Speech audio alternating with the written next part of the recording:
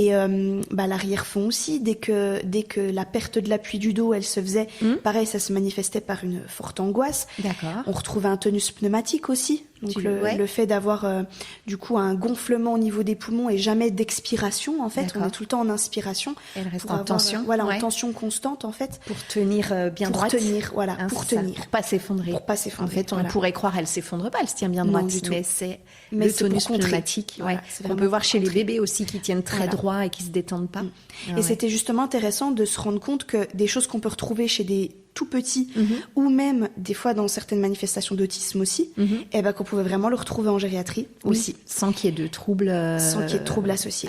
Voilà. D'accord. Ok. Après, on s'est rendu compte aussi qu'avec cette dame, c'était pas d'aujourd'hui. Et oui. C'est-à-dire que tout au long de sa vie, en fait, il y avait ces manifestations-là.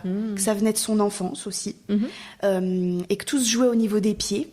D'accord. Parce que cette dame, en fait, elle a eu une excroissance au niveau d'un des orteils, en fait. D'accord. Et quand elle est née, c'était... mon Dieu, l'horreur en fait qu'elle ait ça, c'était un monstre. Le bébé monstre. Voilà, le bébé monstre. Aux yeux de vraiment. ses parents. Voilà, donc elle n'a pas été portée par ses parents à ce moment-là. Ça a été vraiment, elle a été totalement lâchée. Une forme de rejet. Une forme vraiment de rejet, et ouais. voilà, de lâchage total. D'accord. Et voilà, il y a tout eu un truc au niveau des pieds, et c'était vraiment là qu'il fallait travailler en priorité avec cette dame du coup.